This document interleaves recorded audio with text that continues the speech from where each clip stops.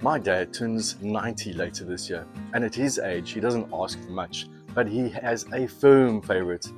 He'll tell you that all he needs is a good pie and a good beer. Every time I make the steak and Guinness pie over the fire, he finishes every last bite. So this one's for him.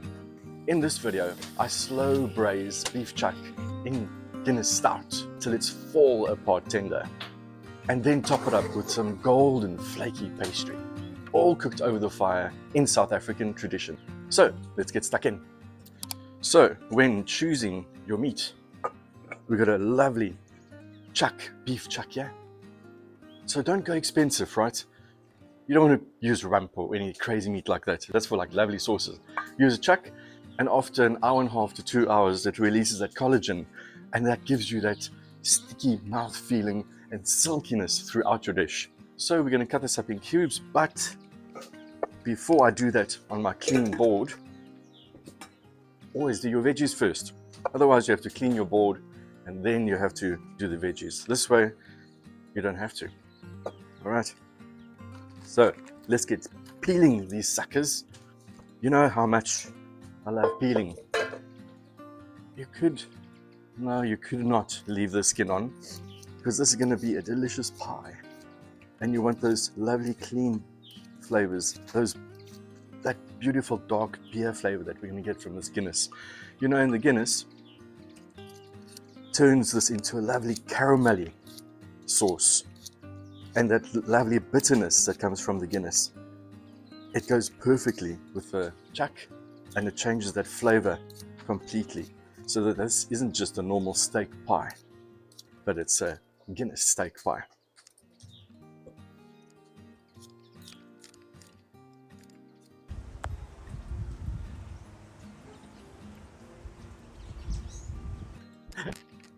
And some carrots. So 3 potatoes, 3 carrots. And we have got a punnet of mushrooms, just button mushrooms. We're going to cut these in half.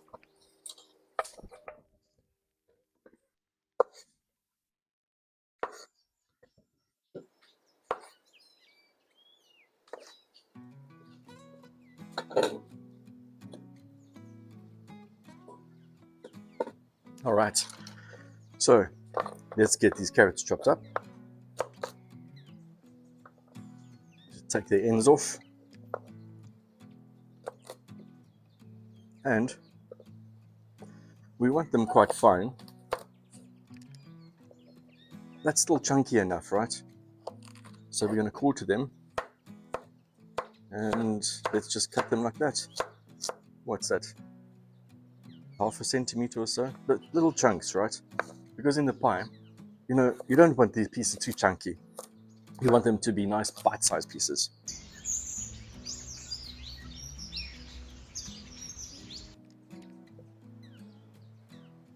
So with these potatoes, we're literally going to follow the same process that we did with the carrots, right? Also fairly small. You can see the carrot. There we go. And why steak and Guinness pie? Whenever my folks come to visit, my dad thinks I'm a local supermarket, because he'll ask me, don't I have ice cream? Or don't I have a Savannah? And don't I have that? And I'm like, do you think I'm a local supermarket? Well, he clearly does. So the one time he asked, don't I have Guinness? And at that stage, we had this drought of Guinness. I don't know, you must have experienced it yourselves. There was no Guinness to be found throughout South Africa for what, 6 months at least. Well, at least in Cape Town, we couldn't find Guinness at all. We went on holiday to a little place in Claremont, and we stopped over there, and by chance, I asked them, do you have Guinness? And they said, yeah, sure, we got Guinness. I'm like, what? Anyway, so I got Guinness, and I got 2 cases of Guinness. And then I stocked up and I gave him a case. And then throughout the months, we had this Guinness. And then he said to me, no, he's actually off Guinness now. He doesn't like Guinness anymore. Jeez. What must I stock up on now? We had so much Guinness around that I use it to make Guinness pie. And it was fantastic. So that's why I'm sharing it with you today. And 2 onions.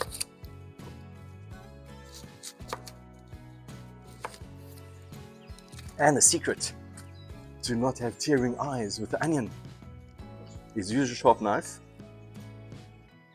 and pry outside, because all those little cells spray that way and get blown away by the wind. Because my eyes also tear up when I'm in the kitchen, but when I'm outside I can chop 1,000 onions. All right, so let's get these chopped up. You can do this quite rough.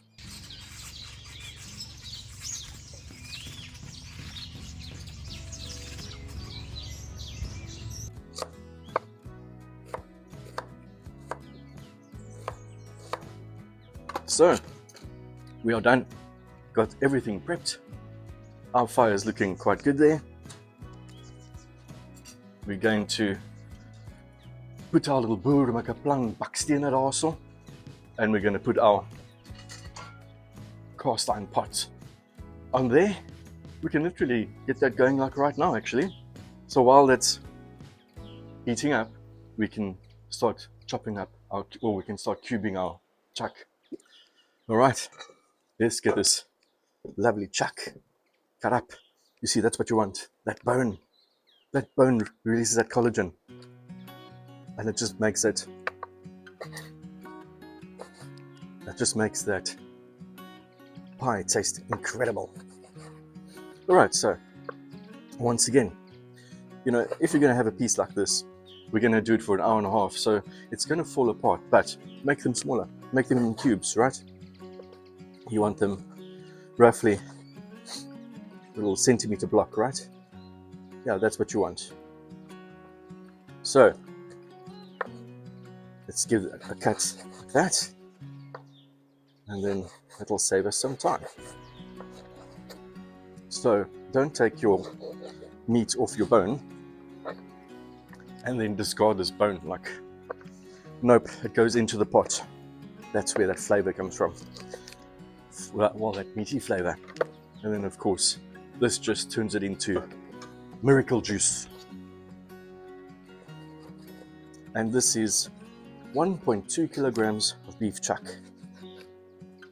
So this can feed a family of four very hungry people.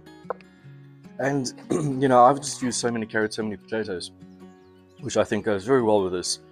But you know, you can put more potatoes in, you can put more carrots in, you can bulk it up a little bit. It's one way. Or just serve it with sides. Today we're going to have just straight on pie.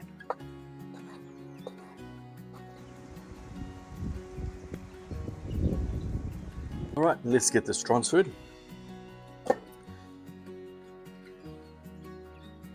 There we go. Now, my cloth. Yeah. So, let's get this salted up. And we're going to use about 2 tablespoons of plain flour. And this is so that when you fry it, it's going to cause a lovely coating on your meat. And also when you add your sauce later, well, not your sauce, when you add your stock later and your beautiful Guinness, it creates a lovely, thicker, richer, deeper sauce. So that's why we're going to flour it up. Okay, and some pepper.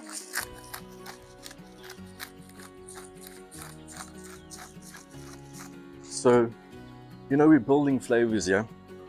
You want to add the pepper, you want to add that salt to your meat so that it sort of attaches itself to that meat when you're braising it.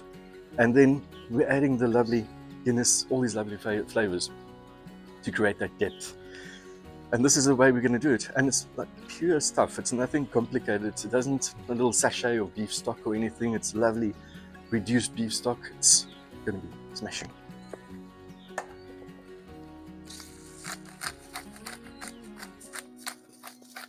Right, done. Let's get that close up. And let's get our pot on there. Yeah, it's ready.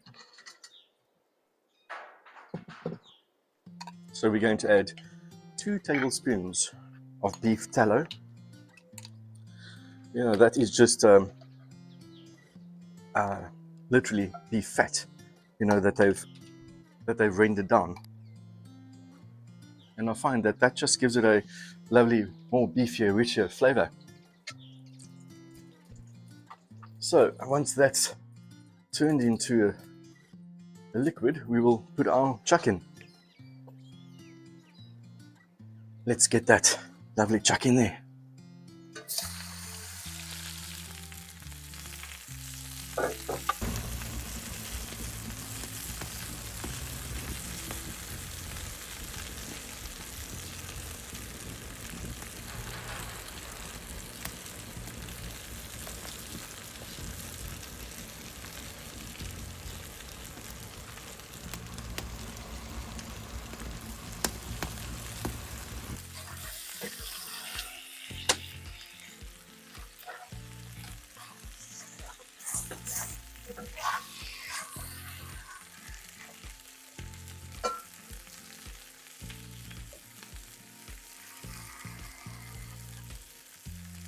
All right, let's give it a stir.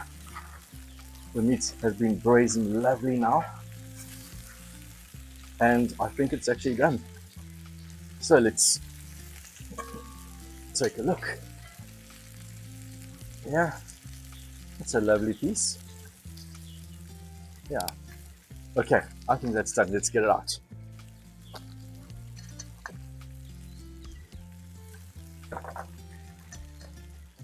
Oh. Smelling great. Lovely beefy flavor.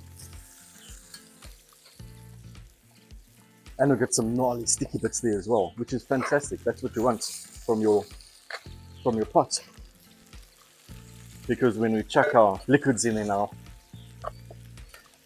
that's going to come off and it's going to create an amazing sauce.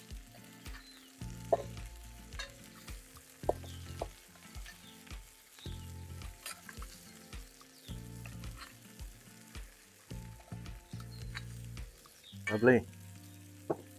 That makes a person hungry. Alright, so just get your onions in here. While your pot is here, may as well get them on. Make sure we don't get our potatoes in there. Oh, we can push them out now. We'll leave them. They're all going in at the same time anyways. I just want to get these sweated down a little bit. And put our mushrooms in there as well. They're going to absorb that lovely oil that's in there. Let's get it back on.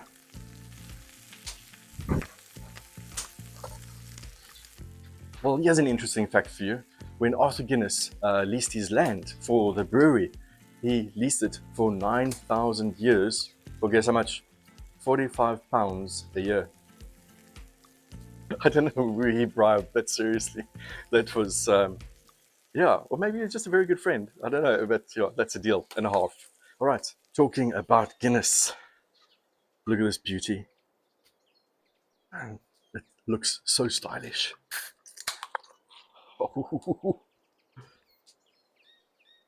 And the trick is to tilt your glass and pour it slowly.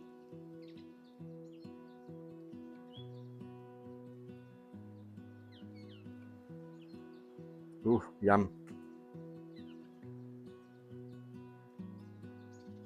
It's like the only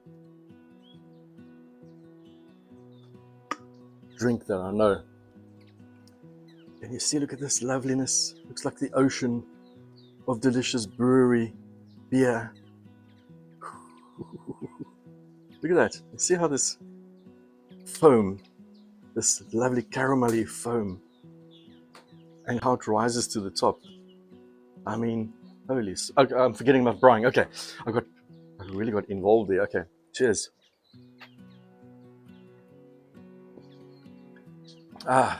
So 400 mils must go in. So you think I can have 40 mils of beer? You think that was 40 mils? I don't know, let's just make sure.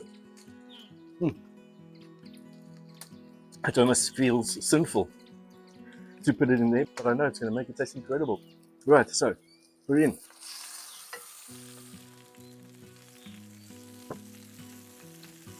And now you want to deglaze the bottom, so just try and, if there's any stickiness at the bottom, just deglaze it, right? Yeah, I can feel most of it's come off already. And that is going to add lovely depth of flavor to your pie. All right, so we just want to de-alcoholize that. And once all the alcohol's evaporated, we're going to add in the rest of the goodies. This takes literally a minute for it to de-alcoholize. Oh. And nature suggested that I add some ash to it as well, because it won't taste like a dry pie then. Then we're going to put in some lovely beef stock. This is an organic liquid beef stock. I couldn't make it to my local supplier to get their beef stock, and it takes quite a bit of time to make beef stock. So 250 ml. This is a 400 ml. We will add half of that. Otherwise, it's going to be too saucy, right? And then don't forget your Worcestershire sauce. 2 tablespoons of that. Whoa, I lost the doppy. And then a tablespoon. Watch out for this stuff, tomato paste. It is got a very strong taste. So a tablespoon of that. Otherwise it turns out to be a tomatoey dish. 2 bay leaves. 1 tablespoon of brown sugar. Right, we got that sweetness from the beer, the bitterness from the beer, the tomato paste, that's a little bit of tartness sour. We want to bring it back, add a little bit of sugar, add a bit of sweetness, and then some pepper and salt. All right. So let's give that a stir in there. I know the flavors first have to marry, but taste it and just make sure that it actually tastes good. Oh, whoa. Okay. I can taste that bitterness. That's coming through right away. That beer adds that bitterness to it. So I'd definitely say a touch more sugar. All right, a little bit more, a tablespoon of sugar. So we want to adjust the flavors here, right? Tablespoon of Worcestershire. All right, let's give that a stir. All right. See.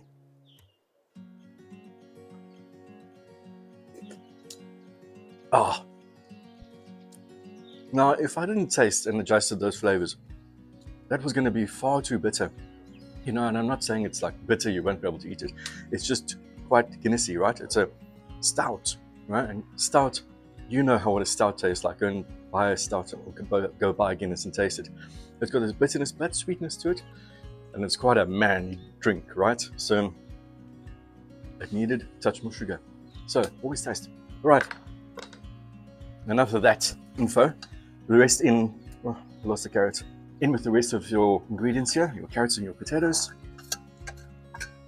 And don't forget, we're not making a vegetarian pie here. This is good, solid beef chuck pie. Give that a stir. Mix it in there. Now that it's in, you saw the amount of liquids that are there. Don't crank the heat up here. We're going to let this go for an hour and a half. As I explained earlier, so that bone, the collagen gets released, makes it nice and sticky.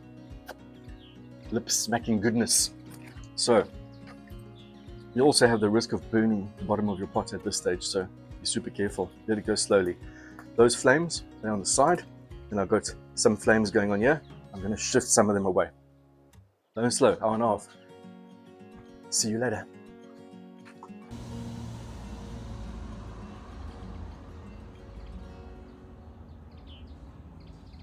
Let's take a look at this beauty. Oh, yeah, that's looking fantastic. We've been managing our coals so we can get it up to a boil again, reduce that sauce. Hey, it's ready. You know what? I'm going to take it off. Cheers. Yeah, I'm going to take it off. We're going to move these coals onto the pizza braai because we're going to bake it in there to get that lovely crust. I say, good oaks. Well, let's get this sucker started, and then we're gonna get this in here and put some lovely puff pastry on. Okay, I've moved some coals already to the bottom of this pizza braai. And if you don't have one of these guys, just do it in the oven, 180 degrees for 25 to 30 minutes. Here we actually go quite slowly, but let's get that fire going.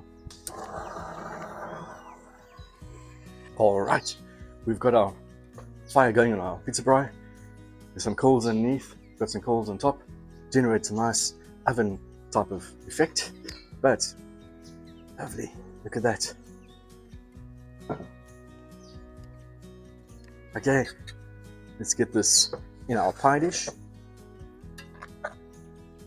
No ways. Everything is so tender. All right, get that all in there. Cover it up. Now look, in our family, and my dad in particular, we love nibbling on a bone. So if you don't like the bones, you can just take them out, honestly. And, probably, if you just want to serve like a no-fuss pie, then take the bones out. But I've got absolutely no problem keeping this bone in. I mean, this is just what makes it even more lovely. When you get this bone, you eat around the pie, well, you eat around the bone, and then you get this lovely bone. And look at that, deliciousness. Fantastic. Oh, and it's tender. There.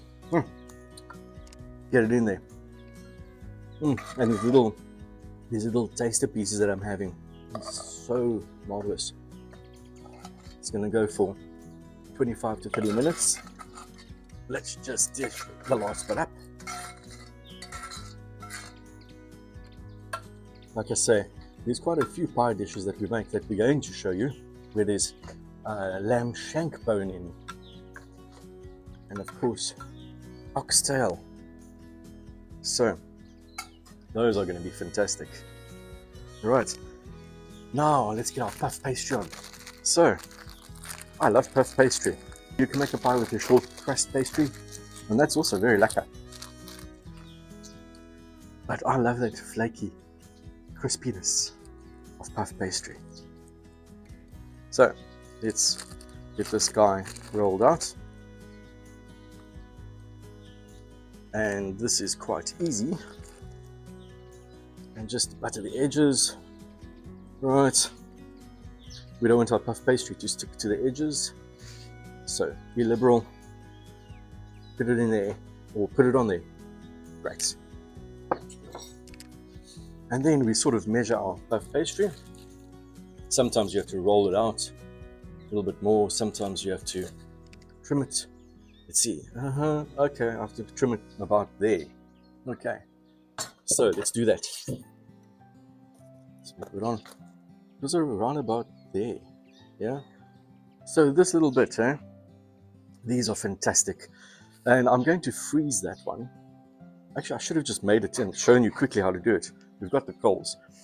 You take these guys, you sliver them in them, let's say about 4 pieces. Put some lovely herbs on there, parmesan, or a little bit of salt, cheese, more cheese, anything you want, and give them a twirl just on their own like that. Pop them in the oven for about 10 to 12 minutes, and you'll have lovely cheesy straws. Fantastic. Going into the fridge. Chops. Okay, let's get going on that pie. Get him back here. Hope my measurements were correct. Just chuck him on there.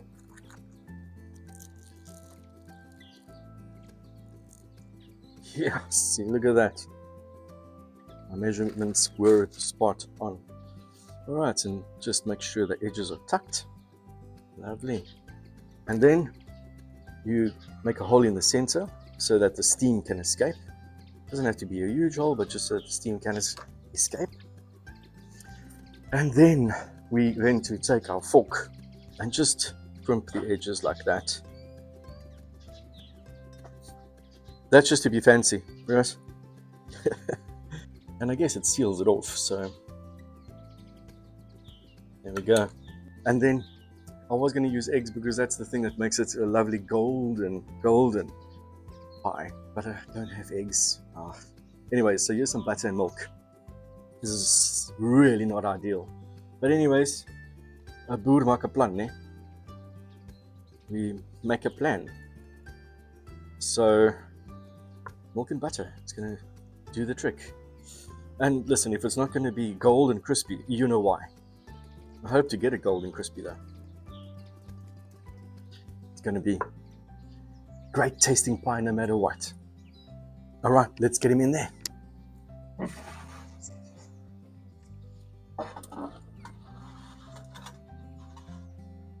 All right, so like we said, 180 degrees, which this roughly is, for 25 to 30 minutes. Hold thumbs.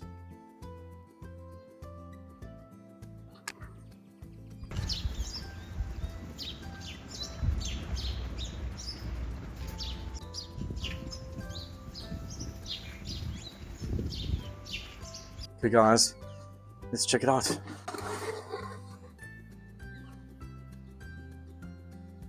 Listen to it sizzle. Got a nice bubble to it. We've been really looking after these coals because you don't want to burn the top. All right. Oh, fantastic. Okay. Let's get it here. Look at its color. Flippin' amazing. I'm getting straight in there. You're going to serve it up in lovely portions. How hungry are you? 1, 2, 3, 4. Oh, 4 pieces. Yeah, sure we can get 4 pieces out of here. And we're getting 8 pieces out of this. So dish it up with any side of your choice. Some sweet pumpkin, sweet potato, some peas if you like, some mash. Alright, let's get myself a lovely little piece here. This one looks good. Yes. Come on, get out there. He doesn't want to let go. There we go. Oh, it's because there's a bone attached. Look at that. Fantastic pie. This is the way you should make pies. That's it. Oh my goodness. Let's get in there and let's taste this beautiful pie. Get a nice filling. It's going to be super, super hot. It smells rich, it smells deep. You know, my folks, they like try and find the best pie place ever. Hoek Pies. It's a place we got just outside Somerset West, by Aldrin. I'm telling you, once they taste this again, they're going to be amazed. How's the pie, Dad? It's incredible. We've got the recipes in the description. Go check it out. You have to make this pie, please, and let me know how it tastes. I mean, and then you get this good part. So, look at that. It's so hot. It's piping hot, but it's so delicious. We'll fall off the bone stuff. Magnificent. Subscribe, and we'll see you on the next video. Cheers. Magnificence.